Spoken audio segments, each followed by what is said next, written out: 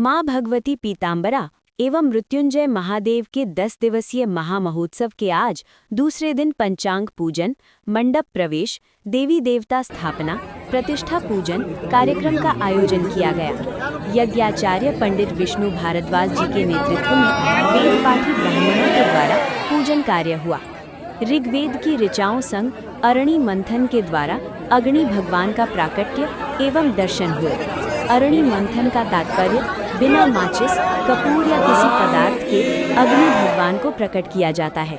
यज्ञाधीश श्री 1008 रामदास जी महा के सानिध्य में कार्यक्रम का आयोजन किया जा रहा है। कल से प्रातः 9 बजे से यज्ञ का आयोजन प्रारंभ होगा। दोपहर 1 बजे से 5 बजे तक राम कथा आयोजन प्रतिदिन होगा। रात्रि 8 से 11 हवन होगा।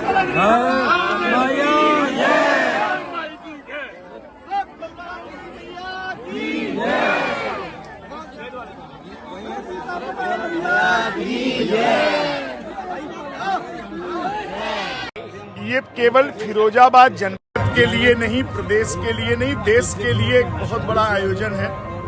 इस समय वर्तमान काल में जो परिस्थितियां अनुकूल नहीं है, सारा विश्व एक ऐसे संकट से जूझ रहा है, चाहे ईरान हो, चाहे इराक हो, चाहे अमेरिका हो, चाहे वो कोई भी देश हो। आप समझ रहे हैं सब जगह पर इस समय आग लगी हुई है और उस आग से भारत कैसे बचेगा, इसके लिए संत महापुरुषों का ये प्रयास है। जो कैलकुलेशन ज्योतिष के आधार पर महापुरुषों ने जो गणना की है, उसमें लग रहा है कि 2032 तक समय काल बहुत खराब रहेगा, 26 भी बहुत खराब जा रहा है। तो इसलिए सभी महापुरुष मिल करके बचाने का प्रयास कर रहे हैं और वो प्रयास करना चाहिए। तो यज्ञ के रूप में यह प्रयास किया जा रहा है कि जब यज्ञ से भगवान श्री राम जी अगर प्रकट हुए तो यज्ञ से ही प्रकट हुए।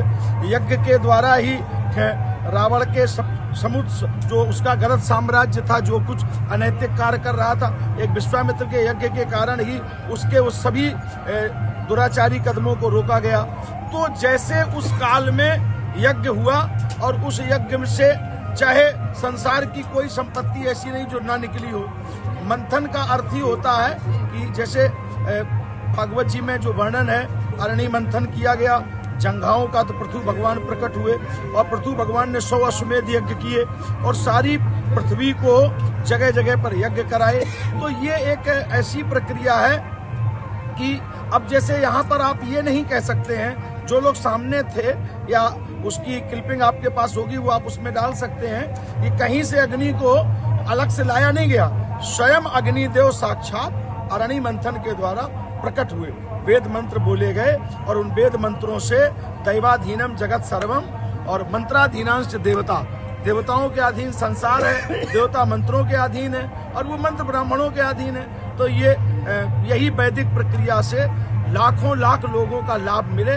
और इस यज्ञ में सबसे जो प्लस पॉइंट है, सबसे बड़ी जो बात है, वो ये देखने वाली बात है कि इस यज्ञ में किसी भी प्रकार का भेदभाव नहीं हो रहा। इस यज्ञ में कोई ये स्थिति नहीं है कि जैसे मैंने आज कथा में भी बोला कि सियाराम में पंडित में जानी नहीं लिखा, सियाराम ठाकुर में जानी नहीं लिखा, सियाराम किसी एक में नहीं है। अगर ये सियाराम सब में है, ईश्वरा सर्वभूतानां हृदयेषु अर्जुन तिष्ठति, तो जब सब में वही परमात्मा बैठा है तो किसी प्राणी मात्र के प्रति द्वेष का कोई काम नहीं होना चाहिए। तो इसमें सारे वर्ण संप्रदाय, सारे लोग, सबको इसमें आकर के अपनी आहुति देनी है।